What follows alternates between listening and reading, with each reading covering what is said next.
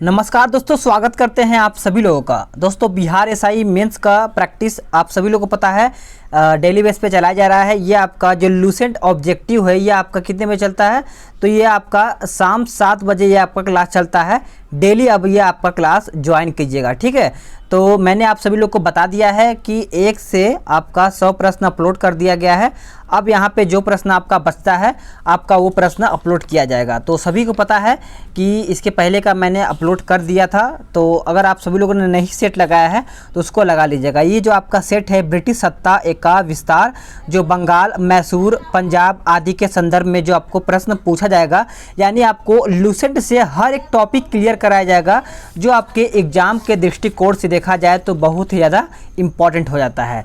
तो आप एक एक प्रश्न को लगाइएगा, बस आप कुछ करना नहीं है, बस आप क्वेश्चन को सुनिए, फिर आप आंसर अपने हिसाब से लगाइएगा। अगर आपको कोई भी कन्फ्यूजन होता है तो आप लूसेंट बुक उठाइए, एक बार फिर से उसको रिवीजन करना शुरू कर दीजिए, क्योंकि जितना आप रिवीजन करेंगे उतना ही आपको जो आपका डाउट है वो क्लियर होता चला जाएगा। चलिए, तो आपका प्रश्न आप शुरू कर लेते हैं। 101 से आपका प्रश्न यहाँ पे शुरू करेंगे। किस मुगल बादशाह ने 1733 ईस्वी में बिहार की सूबेदारी बंगाल के नवाब शुजाउद्दीन को प्रदान की?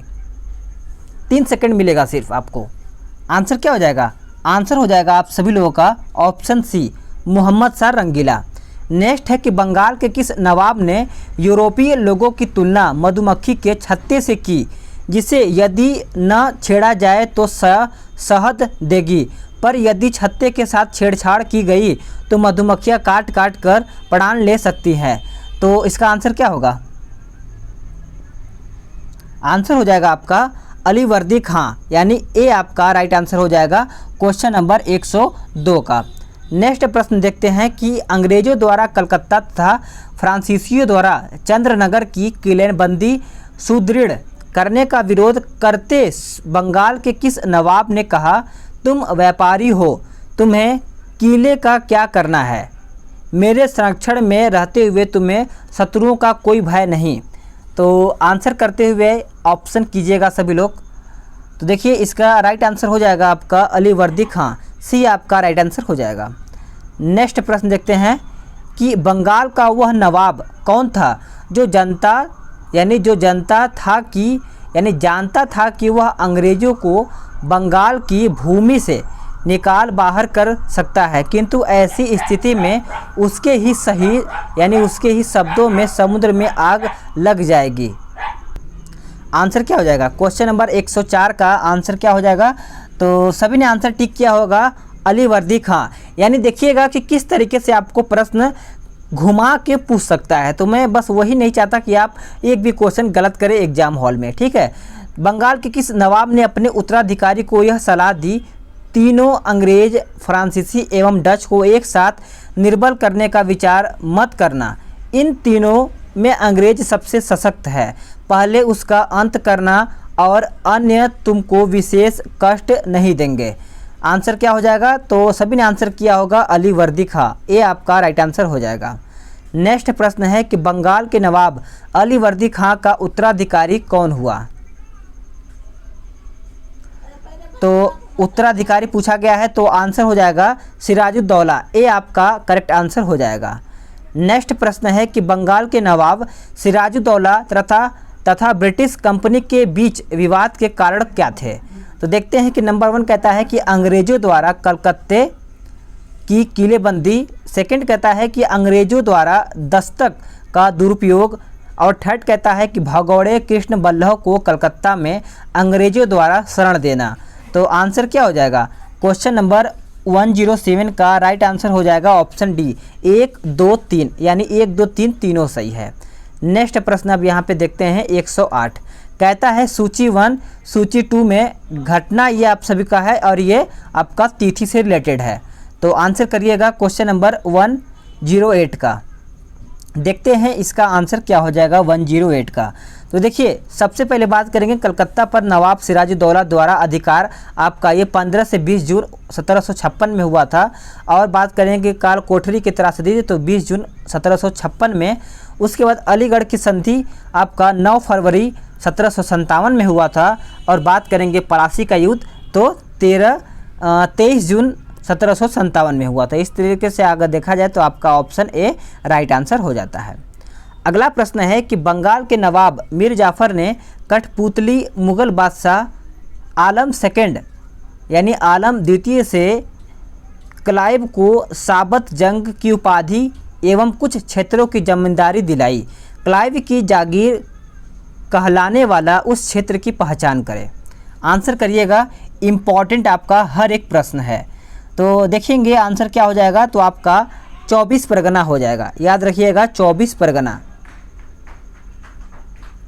चलिएगा नेक्स्ट प्रश्न है कि अगला प्रश्न है कि बंगाल के नवाब मीर कासिम ने मुर्शिदाबाद के स्थान पर मुंगेर को राजधानी बनाया, ऐसा क्यों? अब आप सभी लोग कमेंट करिएगा कि अब आपका एक वीडियो में 200 प्रश्न होगा या फिर 100 प्रश्न होगा। आपका जो रिक्वायरमेंट होगा मैं उसी के हिसाब से आपको वीडियो अपलोड करूंगा, ठीक है। तो आप ये वीडियो देखिएगा फिर आंसर करिएगा कि आपका क्या चाहिए। देखिए आपका आंसर 1 हो जाएगा, यानी ऑप्शन ए, वह मुर्शिदाबाद के षड्यंत्र यानी षड्यंत्रमय वातावरण तथा कलकत्ता से दूर रहना चाहता था ताकि अंग्रेज का हस्तक्षेप न हो। नेक्स्ट प्रश्न देखते हैं कि बंगाल के किस नवाब ने ब्रिटिश कंपनी के गवर्नर को लिखा, आपके भ्रण पुरुष इस प्रकार व्यवहार करते हैं, वे समस्त देश में गड़बड़ी फैलाते हैं, लोगों को लूटते हैं तथा मेरे अधिकारियों का अनादर करते हैं तथा उन्हें शारीरिक यातना देते हैं। तो ये किसने कहा था, ये किसने लिखा था? तो आंसर हो जाएगा, तो डी हो जाएगा, मीर कासिम। नेक्स्ट प्रश्न की ओर आते हैं कि बंगाल के किस नवाब ने 2 वर्षों के लिए सभी व्यापारियों के लिए समस्त व्यापारिक करों एवं चुंगियों को खत्म कर एक बड़ा असाधारण कदम उठाया था? आंसर हो जाएगा मीर कासिम, सी आपका करेक्ट आंसर हो जाएगा। नेक्स्ट है कि क्लाइव एवं मुगल बादशाह आलम द्वितीय के बीच हुए इलाहाबाद की प्रथम संधि जो 12 अगस्त 1765 के संदर्भ में, इन कथनों पर विचार कीजिए। तो देखते हैं, शाह आलम सेकंड को कड़ा व इलाहाबाद के जिले दिए गए। कंपनी को 24 लाख रुपए सालाना के बदले बंगाल, बिहार एवं उड़ीसा की दीवानी स्थायी रूप से मिली। हैदराबाद के उत्तर के जिलों उत्तरी सरकार को अंग्रेजों के जहांगीर यानी जागीर के रूप में मान्यता दी गई। तो आंसर क्या हो जाएगा 113 का, तो डी हो जाएगा 1, 2, 3, याद रखिएगा। अगला है कि इलाहाबाद की द्वितीय संधि जो 16 अगस्त 1765 किन के बीच में हुई थी?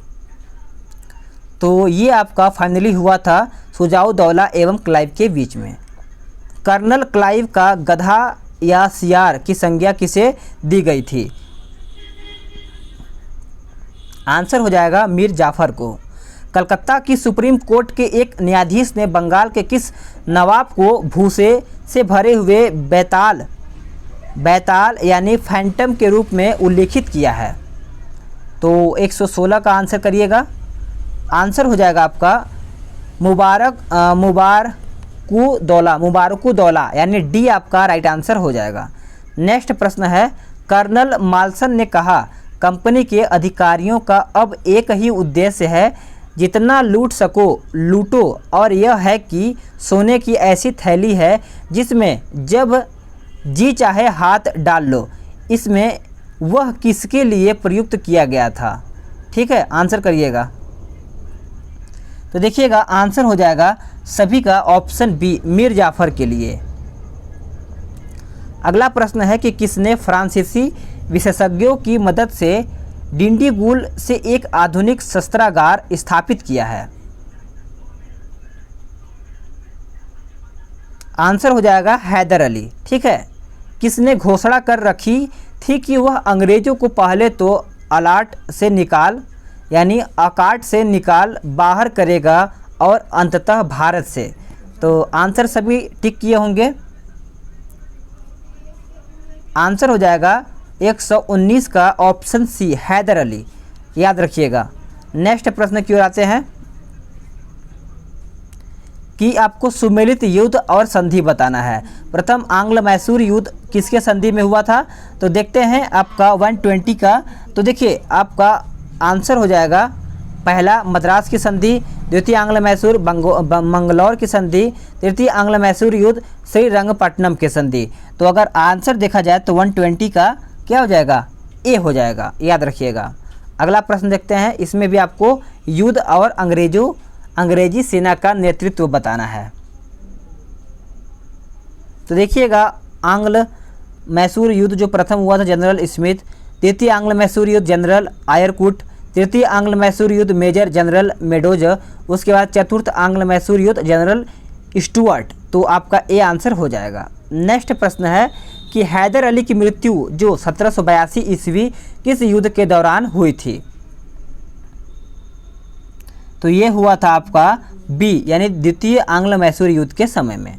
द्वितीय आंग्ल मैसूर युद्ध को बंद करने के लिए टीपू सुल्तान तथा अंग्रेजों के मध्य मंगलौर की संधि जो 1784 ईस्वी में हुई, इस संधि पर अंग्रेजों की ओर से हस्ताक्षर करने वाले मद्रास के गवर्नर का क्या नाम था। देखिए, प्रश्न किसी तरीके से भी घुमा सकता है, बस आपको तैयार रहना है।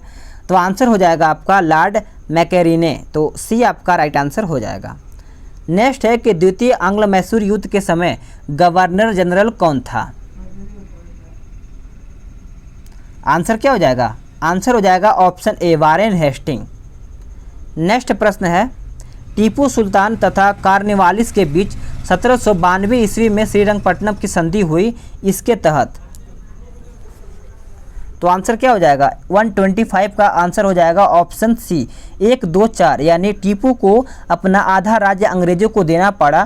टीपू को 3 करोड़ रुपए युद्ध क्षति के रूप में देना पड़ा और अपने 2 बेटों के बंधक स्वरूप अंग्रेजों के पास रखना स्वीकार करना पड़ा। तो आपका सी राइट आंसर हो जाएगा। नेक्स्ट है कि टीपू सुल्तान ने अंग्रेजों को निष्कासित करने के लिए निम्न में से किन देशों के साथ संपर्क स्थापित किया था।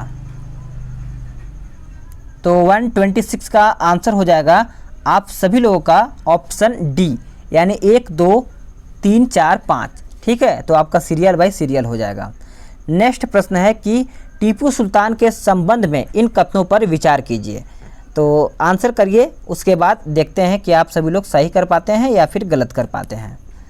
तो 127 का देखते हैं, तो आपका डी हो जाएगा 1, 2, 3, 4, 1, 2, 3, 4, चारों सही ऑप्शन हो जाएगा आपका। अगला है कि तृतीय आंग्ल मैसूर युद्ध के दौरान टीपू के विरुद्ध चतुष्पक्षीय संयुक्त मोर्चा में शामिल थे। कौन कौन शामिल थे जो मोर्चा संभाले हुए थे। तो 128 का आंसर हो जाएगा त्रावणकोर, निजाम, मराठा एवं अंग्रेज। ए आपका राइट आंसर हो जाएगा। चतुर्थ आंग्ल मैसूर युद्ध 1799 ईस्वी के संबंध में इन कथनों पर विचार कीजिए। तो देखते हैं आपका आंसर क्या हो जाएगा। तो आंसर आपका हो जाएगा सभी। ठीक है, इस युद्ध के दौरान टीपू सुल्तान की मृत्यु हो गई थी। इस युद्ध में अंग्रेजों की पूर्ण विजय हुई और मैसूर के अधिकांश प्रदेशों का अंग्रेजी राज्य में विलय कर लिया गया।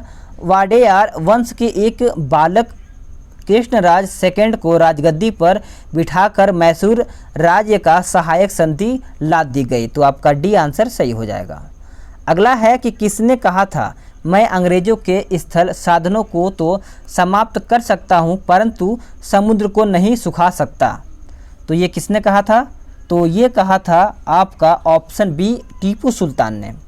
अगला है कि किसकी अत्यंत प्रिय उक्ति थी, भेड़ की तरह एक लंबी जिंदगी जीने से कहीं बेहतर है शेर की तरह एक दिन जिया जाए।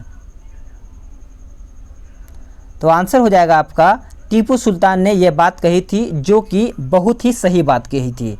ठीक है, नेक्स्ट प्रश्न है कि निम्नलिखित कथनों पर विचार कीजिए। अब इसमें आपको विचार करके बताना है कि क्या इसमें सही होगा। तो इतना बड़ा प्रश्न है, इसको आप पढ़िएगा फिर आंसर करिएगा। मैं इसका आंसर बताता हूँ 132 का। तो डी आंसर हो जाएगा आप सभी लोग का ऑप्शन डी, इनमें से सभी, यानी सभी आपका सही हो जाएगा।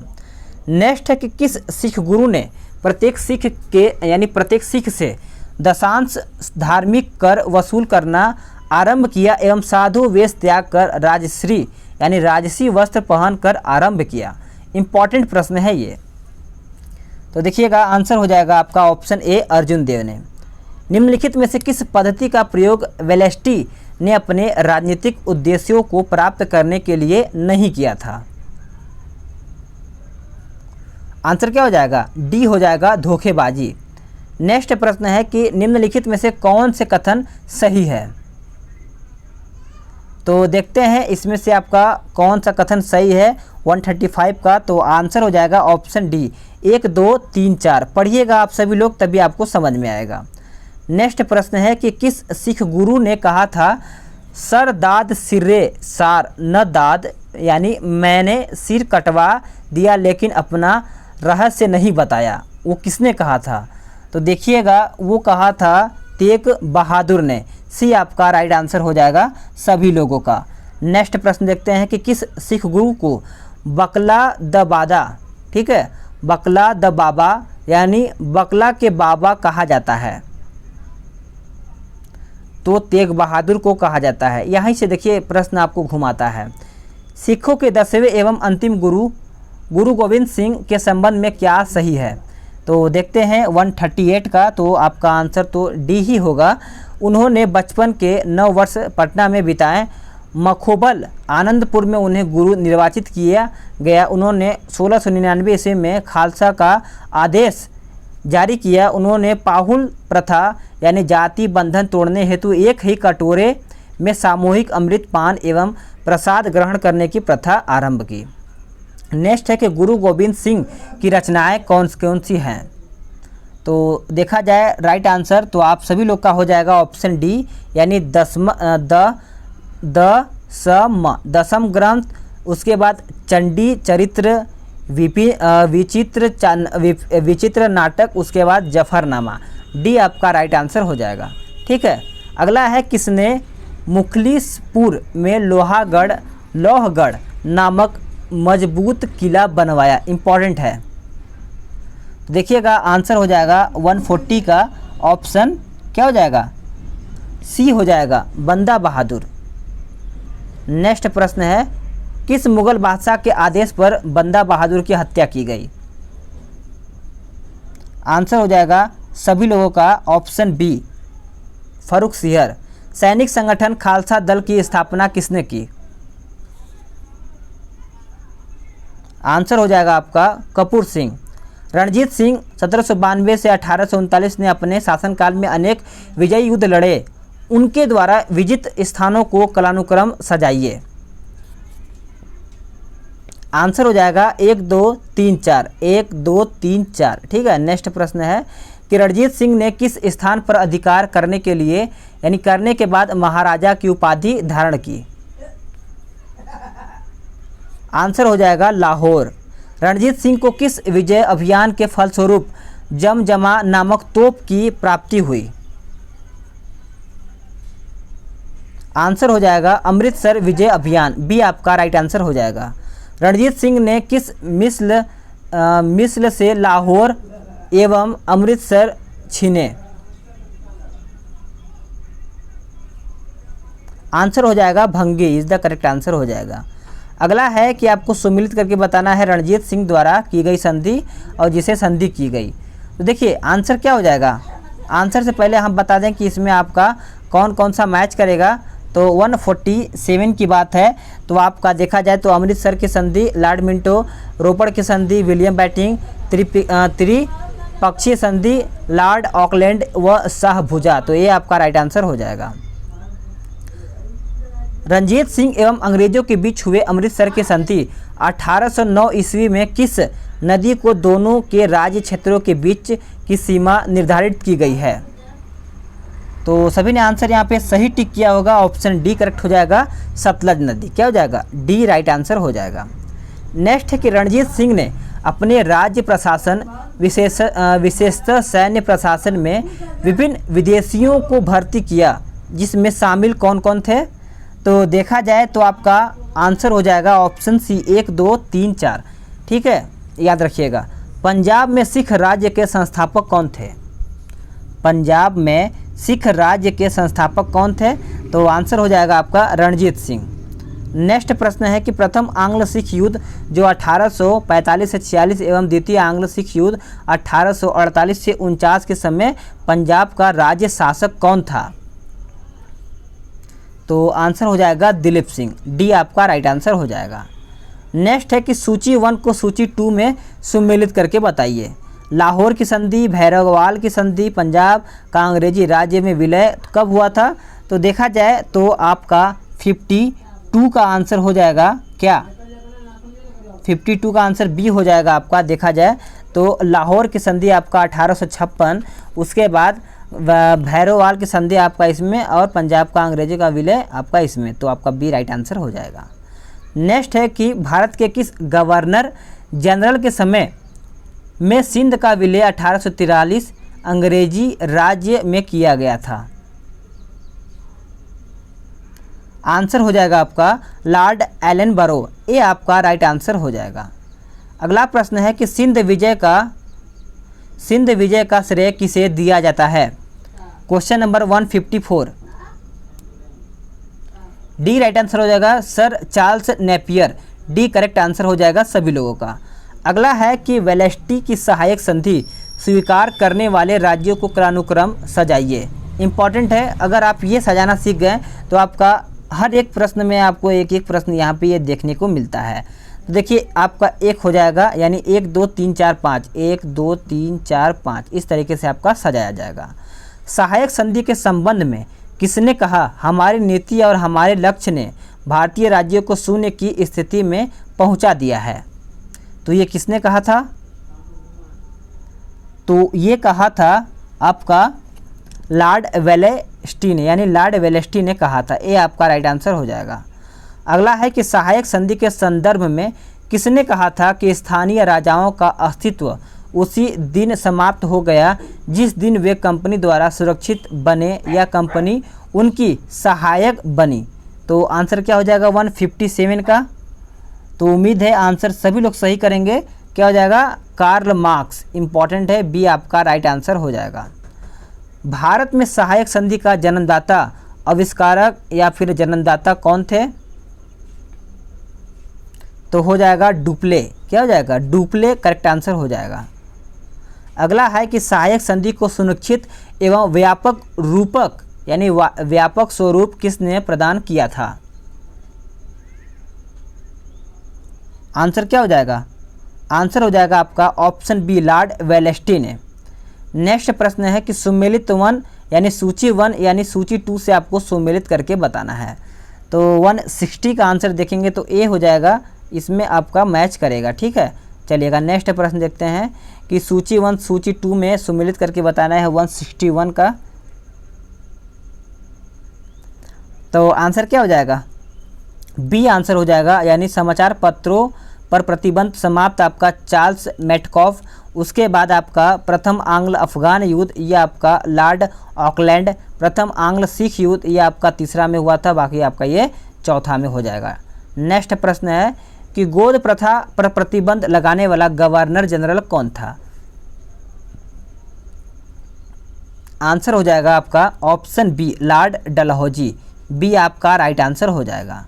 नेक्स्ट प्रश्न है कि डलहौजी के जब्ती का सिद्धांत गोद प्रथा पर प्रतिबंध के शिकार होने वाले राज्यों को कालानुक्रम सजाइए। तो राइट आंसर हो जाएगा आपका ऑप्शन ए 1 2 3 4 5 6, 1 2 3 4 5 6। समझ गए होंगे सभी लोग। अगला है कि सूची 1 और सूची 2 घटना, उसके बाद अवधि बताना है। देखिए सुगौली की संधि कब हुआ था? तो सभी को पता होगा, आपका सुगौली का संधि आपका 1800 ईस्वी में हुआ था, यानी आपके सामने जो दिया है सभी आपका सही हो जाएगा। नेक्स्ट है कि निम्नलिखित में यानी निम्नलिखित पर विचार कीजिए। रॉबर्ट क्लाइव बंगाल के प्रथम गवर्नर जनरल थे। सेकंड कहता है कि विलियम बेंटिंक भारत के प्रथम गवर्नर जनरल थे। तो इसका राइट आंसर क्या हो जाएगा? आंसर हो जाएगा ऑप्शन बी, केवल 2 सही हो जाएगा आपका। ठीक है, ये आपका गलत है। नेक्स्ट है कि पंजाब के राजा रणजीत सिंह की राजधानी कहाँ पर थी? तो सभी का आंसर हो जाएगा option B, Lahore is the correct answer हो जाएगा सभी लोगों का। नेक्स्ट प्रश्न है कि निम्नलिखित में से कौन सा एक दिल्ली में नादिर शाह के सैन्य अभियान की सफलता के लिए संभव कारण नहीं था? आंसर क्या हो जाएगा? डी हो जाएगा, आक्रमण सेना द्वारा बेहतर सैन्य प्रौद्योगिकी का प्रयोग। डी आपका राइट आंसर हो जाएगा सभी लोगों का। नेक्स्ट प्रश्न देखते हैं। अगला प्रश्न है बहुत ज़्यादा इम्पोर्टेंट, ठीक है। देखिए, कहता है केरल के राजा मार्तंड वर्मा के बारे में निम्नलिखित में से कौन सा एक सत्य नहीं है। इसमें से पूछा गया है कौन सा एक सत्य नहीं है। तो राइट आंसर हो जाएगा आप सभी लोगों का ऑप्शन डी, उसने शांति बनाए रखने के लिए यूरोपीय अधिकारों को भारी रिश्वतें दी। ये आपका सत्य नहीं है। नेक्स्ट है कि 18वीं शताब्दी के मध्य इंग्लिश ईस्ट कंपनी के द्वारा बंगाल से निर्यातित प्रमुख कच्चा माल क्या थे। तो आंसर हो जाएगा ऑप्शन डी, ठीक है। डी आपका ऑप्शन हो जाएगा सभी लोगों का। आपको पीडीएफ अगर डाउनलोड करना है तो आपको लिंक मिल जाएगा टेलीग्राम ग्रुप का, उस पर जाइए और चैनल को सब्सक्राइब कीजिए टेलीग्राम को, उस पर आपको पीडीएफ मिल जाएगा। प्रथम आंग्ल मैसूर युद्ध जो 1767 से 69 में कौन विजय हुआ था। आंसर करिएगा, इम्पॉर्टेंट प्रश्न है। तो देखिएगा सभी ने आंसर किया होगा हैदर अली, सही है। पलासी के युद्ध 1757 के समय बंगाल का नवाब कौन था। तो आपका आंसर हो जाएगा सिराजुद्दौला। तो आपका सी राइट आंसर हो जाएगा। तो दोस्तों आपका यहाँ पे आंसर भी मिल जाएगा देखने को। तो आप सभी लोग बताइएगा कि इन 70 में से आप कितना क्वेश्चन सही कर पाए हैं, ठीक है। इन 70 में से आप कितना क्वेश्चन सही कर पाए हैं। अब जो आपका आगे का सेट आएगा उसमें आपका क्या बोलते हैं कि आपका उदाहरण क्या रहने वाला है, टॉपिक क्या रहने वाला है। तो ब्रिटिश शासन का भारतीय अर्थव्यवस्था पर प्रभाव। ब्रिटिश शासन का भारतीय अर्थव्यवस्था पर प्रभाव याद रखिएगा। आप लूसेंट से कंप्लीट करके आइएगा और उसको मैं कंप्लीट करा दूंगा। टोटल 90 प्रश्न है, ठीक है। चलिए आज के लिए इतना ही, अगली वीडियो में जल्द ही मिलेंगे। तब तक के लिए जय हिंद, वंदे मातरम।